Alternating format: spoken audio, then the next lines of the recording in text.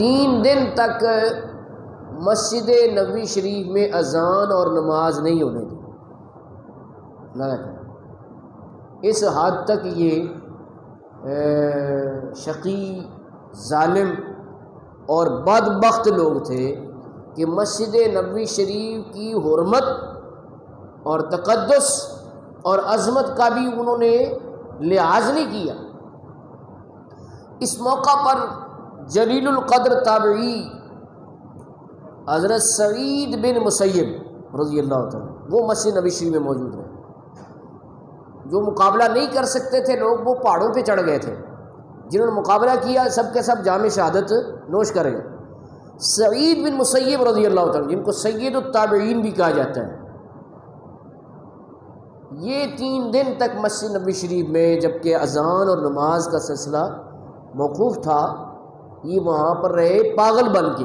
یعنی یزیدی فوجوں نے ان کو بھی پکڑا، لیکن انہوں نے ایسا ظاہر کیا جیسے کوئی مخبوط الآواز شخص ہوتا ہے، یعنی کہ انہوں نے کہا یہ پاگل ہے، اس کو چھوڑ دو. تو اس طرح سے یہ مسجد نبوی شریف رہے. یہ بھی پہاڑوں پر چڑھ سکتے تھے، لیکن ان کو مسجد نبوی شریف سے اس قدر پیار تھا، اتنی محبت تھی کہ 40 سال ان کے حالات میں لکھا ہے. کتنے سال؟ 40 سال 40 ایئرس انہوں نے 5 نمازوں کی اذان بھی مسجد میں سنی. 5 نمازوں کی اذان. اگر یہ کہہ رہے تھے نا کہ 5 نمازوں کی تکبیر اولیٰ کے ساتھ نماز باجماعت پڑھی تو یہ بہت بڑا کام ہے. یہ بھی کوئی عام بات نہیں، آسان بات نہیں ہے. کرنے والوں سے پوچھیں نا کتنا مشکل ہوتا ہے مینیج کرنا کہ 5 نمازیں تکبیر اولیٰ کے ساتھ باجماعت ہو. بڑا مشکل کام ہے، لیکن جس کے لیے اللہ چاہے تو آسان کرتا. لیکن حضرت سعید بن مسیب رضی اللہ تعالیٰ وہ ہیں جنہوں نے 40 سال مسجد نبوی شریف میں 5 نمازوں کی اذان مسجد کے اندر سنی، باہر نہیں گئے. تو یہ ان 3 دنوں میں بھی انہوں نے مسجد نبوی شریف کو چھوڑنا گوارا نہ کیا. یزیدی فوجوں نے پکڑا اور پکڑ کے ان کے ساتھ کوئی برا سلوک کرنا چاہتے تھے، لیکن انہوں نے یہ ہیلا کیا. یہ حکمت عملی ہے نا کہ اپنے آپ کو انہوں نے پاگل شو کیا. سبحان اللہ. ایک پنجابی شاعر نے بھی بڑی خوبصورت بات کی ہے. وہ کہتا ہے عشق دے چلے ہی نمبر لے گئے، عقل مندہ ایویں عمرہ گالی.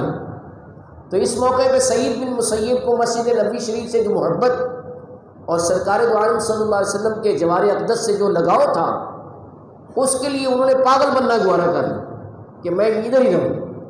تو انہوں نے کہا بھائی یہ پاگل ہے، اس کو چھوڑ دو. اب یہ مسجد نبوی شریف کے اندر ہی رہے، باہر نہیں گئے کہ دوبارہ کہیں یزیدی پھر نہ پکڑ لے. اب مسجد بند تھی، اور اس دور میں آپ کو پتہ ہے کہ سائے سے لحاظ کرتے تھے. کوئی گھڑیاں اور کیلنڈر تو تھے نہیں. اب تو اللہ کا فضل کتنی سہولت ہے، پورے سال کا کیلنڈر چھپا ہوا ہے اور گھڑیاں پاس ہوتی ہیں. اس سے پتہ چل جاتا ہے کہ ظہر اتنے بجے، عصر اتنے بجے شروع ہوگی، مغرب اتنے بجے ہوگی، عشاء اتنے بجے ہوگی. لیکن اس دور میں دن میں لوگ سائے کا لحاظ کرتے تھے، ٹھیک ہے، اور رات کو تاروں کا لحاظ کر کے عشاء اور فجر کا پتہ چلاتے تھے کہ اب عشاء کا وقت شروع ہو گیا ہے، اب فجر کا وقت شروع ہو گیا. لیکن یہ باہر ہی نہیں گئے، 3 دن مسجد نبوی شریف کے اندر رہے. لیکن کسی نے کہا حضرت پھر نماز کا کیا بنا؟ کہا 5 نمازیں اس کے وقت میں نے پڑھی. حضرت سعید بن مسیب دیکھو نا، اللہ نے بھی ان کے لیے یہ آسانی عطا فرما دی، اور نبی پاک صلی اللہ علیہ وسلم کی نگاہ کرم ان پر ہو گئی کہ یہ دیوانہ ایسا ہے کہ جس نے ان دنوں میں بھی میری مسجد کو چھوڑا نہیں ہے، اور اس کا یہ ذوق ہے کہ یہ 5 نمازوں کی اذان مسجد میں سنتا ہے. تو ان کے ذوق کا دیکھو کیسا اہتمام کیا گیا. کسی نے کہا کہ جب آپ باہر ہی نہیں نکل سکتے تھے اور سائے وغیرہ کا لحاظ کر کے ظہر و عصر کا وقت متعین کرنا ہوتا ہے اور مغرب کا غروب آفتاب سے کرنا ہوتا ہے، تو آپ جب باہر نہیں نکلے تو آپ کو کیسے پتہ چلا؟